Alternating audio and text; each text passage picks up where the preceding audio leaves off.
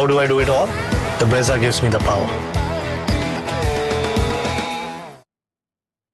Yeah, not good. Shame that for Afghanistan, especially after the expectations that we had from that team when they won against England a couple of nights back in Lahore. It's unfortunately no result in their last group game of the Champions Trophy. They will bow out effectively. They still have mathematical possibilities, but for all practical purposes, Australia are through to the semi-finals, and we will look back at what should be a deserving team that would have gotten on to getting this job done, even if the rain hadn't come down in Lahore. This is Maruti Suzuki Arena Presents ESPN Cricket for Matchday. Wasim Jaffer, Dale Steyn, Ashton Agar will all just break down the key points of Australia and the roadmap ahead for Afghanistan, who've been very good. But it's fair to say, Wasim, with the start Australia had, there can be little doubt that this was the better team today. Yeah, without a doubt. First of all, to restrict them to that score, even though Afghan, made a recovery, but they easily look like getting 300 plus at one stage. Should have, with the start they've got. But the way they bowled and fielded Afghan, they'll be disappointed, without showing any fight. And then the way Travis had batted, it would have been a, easy victory to them. So they'll be happy that they've got a point here. But I think they didn't play as best as we expected. Yeah, absolutely. I think, Dale, you said it on mid-show. They've probably played their World Cup game against England, and if anything, as good as they were that day, catches going down, misfields and all that, it was disappointing. But in some ways, you can explain this from Afghanistan? Yeah, it's a shame, actually, because I think maybe the occasion got to them a little bit, and they play with a lot of passion and almost a bit too much emotion. And I saw it happen, like when they were bowling. It was just there wasn't a very concentrated area. There wasn't like like an area that they could zone in with the ball. It was in swing, away swing. We've spoken about this before. Short, wide, full. We had a mixed bag of everything, and basically Travis Head and the Australian batters just stood there and said, "Thanks, we'll take all the runs that you give us." And Afghanistan also then, the chances that come, they're not like they haven't built up to get those chances. They just kind of happen. So it's unfortunate that those catches also go down, because they could have gotten themselves a wicket or two, but almost not deserving of getting the wickets, really, because they didn't build up enough pressure to be able to get them to start off with. So Australia is certainly the better team on the day. Yeah, I mean, it's not like you ever need to help Australia, Ashton. Afghanistan guilty of errors. But this must please Steve Smith's side. It's very professional, even though you've not had a lot of game time in the last two games. You sense they're firing on pretty much most cylinders? I think this team is certainly doing that now. Yeah, I mean, a better performance, I would say, with the ball.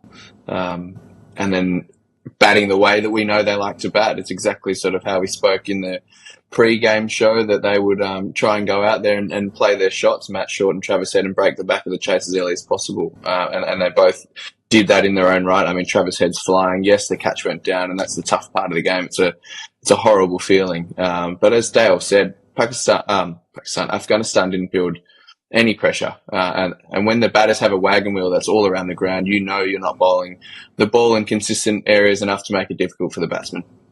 All right, let's just spend some time on Australia, who look like a team to beat now in the semi-finals. Ashton, is Spencer Johnson and Dwarshuis having a good game the biggest takeaway for today? We always knew their batting's going to be good, but they'd be feeling a lot better about the two young left-arm pacers? Yeah, I think anytime you've got two left-arm quick bowlers who can swing the ball at good pace, that's really important, and to have them firing and hitting their areas. But the swing, the movement in the air is the one that really excited me today, because that's what undoes really good players, which is what they're going to come up against. Semi-finals and finals cricket are really exciting, but it means you play against the better teams, and to get their best batters out, you need to be doing something in the air, I'd say. I don't think either of the semi-final teams, they could play India, New Zealand. There is Marco Jansen for South Africa, but there aren't too many left-handers. Arshdeep's not making the team. Could that be a point of difference, do you sense, come the semi-finals, whoever Australia play?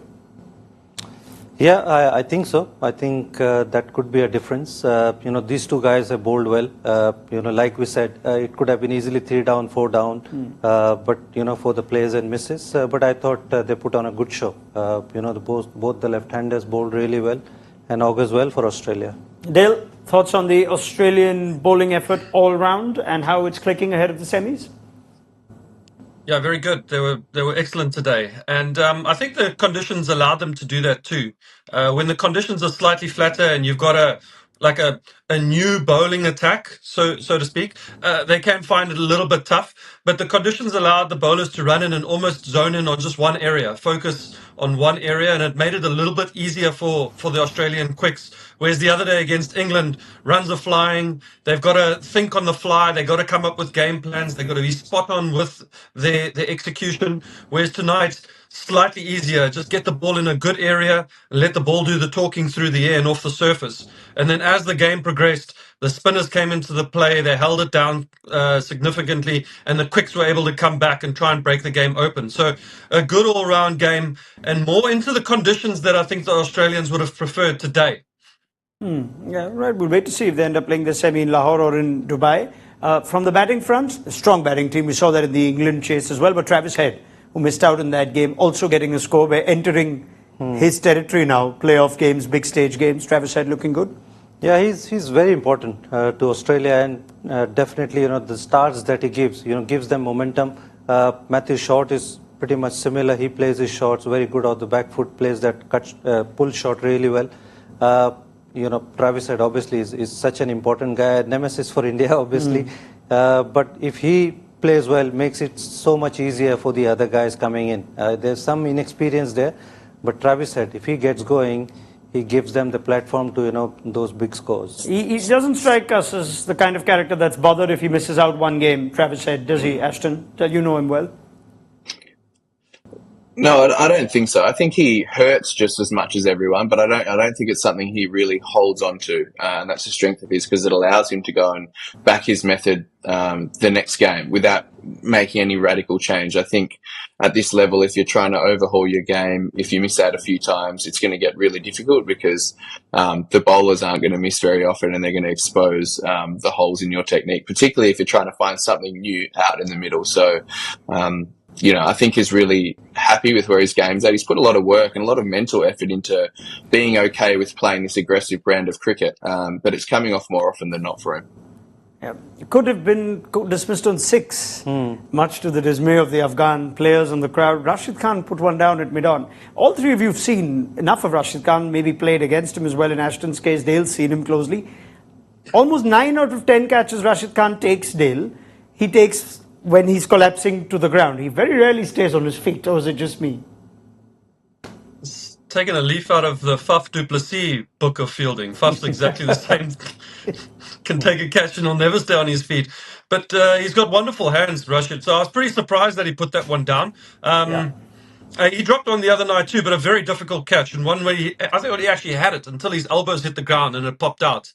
But tonight, that's the kind of catch that you expect Rashid to take day in, day out, especially the competitor that he is. He always wants the ball. He's looking to play a part in the game. So to drop that one, it would have hurt a little bit. But at the end of the day, rain kind of washed out the game. So who knows? But the game was probably heading definitely Australia's way. Yeah, I think emotion is the point you make. There was so much emotion, you could almost sense it, even from so far away, the Afghanistan team. But let's do a more objective review of Afghanistan. Beating England, did have an off game against South Africa, had their moments today. Where do you sense their path will go from here? Are they a team on the rise, Wasim? They are on the rise. I mean, and you got to applaud their rise because they played semi-finals, they've beaten good teams, and like we've spoken before, when they beat anybody, it's not an upset anymore. So you can expect Afghanistan to put on a show. They'll be disappointed the way they started the first game. I thought they could have done well there. But other if than anything, their starts in big events. Remember, they went down to Sri Lanka also in the World Cup and then beat better or bigger opposition. Is that something that you sense needs addressing? How to start a tournament? Definitely. Well? I think that's where they can improve, because in such a short tournament, it's important to start really well because you don't get too many chances. One loss and you could be out of the tournament, which happened here. That's where they need to improve. Their batting needs to improve as well. We say that, they're not a big chasing team. That's why they can improve their 3, 4, 5, even though Atal played well today, but, Rahmat Shah needs to be more consistent. He got a run, 90 in first game. Shahidi got stuck today. So that's where I feel they need to improve. Gurbaz is their main player. He had a very off tournament. So that's where I think they lacked this time. Yeah, Ashton, you know this team so well as a current player. We speak of emotion and how it might have been too much today for them to handle. From someone who comes from Australia, perhaps no better team suited to playing the situation rather than the occasion. Where do you sense Afghanistan need to just improve? We already know they have the skills. I think that anytime teams win big games, a player has an outstanding game. And like we've seen in the games so far, Ben Duckett made 160, Josh Inglis then made a 80 ball 100, and it sort of trumped that innings. And whilst you need a good team performance, you need a real standout match winner in every game. And I think, Atal had the chance to make a really big 100 today on a really good wicket. And that is the type of innings that might change the game.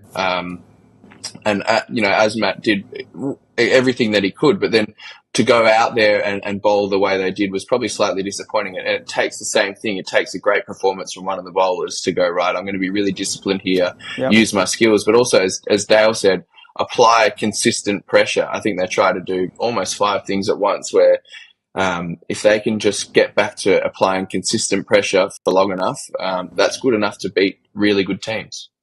Yeah, I mean, they had that in Ibrahim Zadran in the last game. So I can see Ashton's point, the guy who made the big score. The next time they play a 50 overs ICC event will be in your part of the world, Dale, come the 2027 World Cup. They did make the semi-final of the T20 World Cup, second best to South Africa on that day. Do you sense this is the format, though, where we might see the Afghanistan story go all the way? If it is to happen, they seem more suited to doing something special in ODI cricket, is it fair to say? I mean, potentially. I was just listening to what the guys are saying now about how they can improve. And I think back in the day, a lot of players would go and play county cricket, or they would go play first class cricket to improve their skills and improve their patience, really. I think we live in a time now where people are not patient enough. We can hardly watch 2 seconds on an Instagram story. And it just feels like the Afghanistan players are similar when they're playing their cricket. They want things to happen so quickly. This ball must be a wicket. There's no patience to building up and taking a wicket. And sometimes the batters are the same. They're batting in the first over and there's so much movement happening in the crease and they're trying to hit a 6 and they're trying to get the game going. I think a lot of them play 2020 cricket all around the world, which is great. It's great for their pockets and it's great for them to learn. But maybe spending some time in 4-day games might help, because one-day cricket is essentially a shortened version of a test match, really. And it's got its moments where 2020 is applied. But patience is one of the biggest things that the Afghanistan players need to learn. And once they get that down, I think that in the next, decade, they could win ICC tournaments for sure. But I feel like that's maybe an area that they need to work on. Maybe spend a year playing first-class cricket and better yourself as a cricketer. Did I sense a bit of a late-blooming philosopher in you, Dale Steyn, somewhere at the start of that answer? Watching so much Jordan Peterson lately, maybe that could be it. I don't know. I'll take the point forward, though, in all seriousness, that they do seem to have a bit of patience about their batting. We speak of Rahmat Shah and Zadran and Shahidi, but is it still sort of missing, perhaps, in the overall package sometimes, when they're in the field especially? I mean, most of the players play the T20 league, so that's what you expect. I mean, you've been talking about 2027 World Cup, but how much one-day cricket they're going to play? That's a question mark. And against good opposition. Yeah. And now they'll be involved in the IPL. They're going to play T20 leagues from here on. So how much 50-over cricket do they play for their improvement? And that's a question mark. If they play, I'm sure they're going to improve. All right. Is there anything else to add on Afghanistan? Because it's been a brilliant tournament for them, regardless of the disappointment of today. Ashton, anything from you to add to that? No, I think they can be really proud of some of the things that they've achieved. I think they've made a lot of their fans extremely happy and they've shown that they can beat the best sides in the world. And that's really exciting. It's fantastic for the health of one-day cricket in particular when you've got teams like Afghanistan pushing the real top teams and taking the fight to them. I love to see that. All right. Well, he's just not said that he loved to watch them beat England. He's put it very nicely. He's still not taking the bait. I'm trying my best, but he's one of the more dignified, sophisticated Aussies I've had on this panel. So we leave it there. What I can ask the panel before we wrap things up is whether there's a preferred opponent for Australia in the semi-final. Let me start with Ashton. India or New Zealand, Ashton? I think New Zealand. I think Australia would like to play New Zealand. We've had good success against New Zealand before in really big games of cricket. And I reckon there may be a few skeletons there for New Zealand, and Australia would certainly like to expose that. India are just such an amazing team, and I think playing India would probably mean heading to Dubai where the conditions are completely different from what we've already played on. So New Zealand would be the one. Okay, in which case it would mean an India-South Africa semi. If Ashton's wish comes true, Dale? Yeah, I think I'm on the same boat as Ashton. I think South Africa would also probably prefer to play against New Zealand. That means that they don't have to travel very far and they can play on these surfaces that they've got Heinrich Klaassen coming back. All the batters seem to be in good nick, as opposed to jumping the pond across to Dubai and playing on a little bit more of a slower, difficult wicket where India's spinners have been really, really good. So I think both teams will try and eye out to play against New Zealand, but we don't know. I mean, India and New Zealand have still got to play, and South Africa play tomorrow. So we'll see what happens. Yeah, dare I say, India would prefer avoiding Australia, even though they say Australia should play New Zealand. But yeah, India would rather, is it fair to say India would rather play South Africa to Australia? I think so. I think India would prefer, I mean, this is a very different Australia that India is going to face without a doubt. But they have won a couple of games, and South Africa is also a pretty formidable team. So, yeah, they would probably like South Africa. Okay. Well, if they do come to Dubai, maybe they need a left-arm spinner. Who knows, Ashton? Keep your phone on loud in case Andrew McDonald or Dan Vittorio, George Bailey have a quick last-minute flight for you to take. But we leave it there. Thank you very much to Ashton Agar, to Dale Steyn, who can confirm that the weather in Karachi is lovely, right, Dale? So tomorrow, England, South Africa, no problems? Yeah, like I said earlier, it was sunny all day today and not a cloud in the sky, but watch it will rain all day tomorrow now. All right. Thank you so much, Dale. Thank you to Ashton Agar as well as Wasim Jaffer. This is where we wrap things up. Unfortunately, didn't get a full game at Lahore, but Australia team to look out for come the semi-finals. Final game for Group B in the league stage, England v South Africa tomorrow. Big news has come through already with Josh Butler announcing that he's going to be stepping down, and we'll be discussing that in detail in a full house panel on Maruti Suzuki Arena Presents ESPN Cricket for Matchday just around the toss. So make sure you join us then.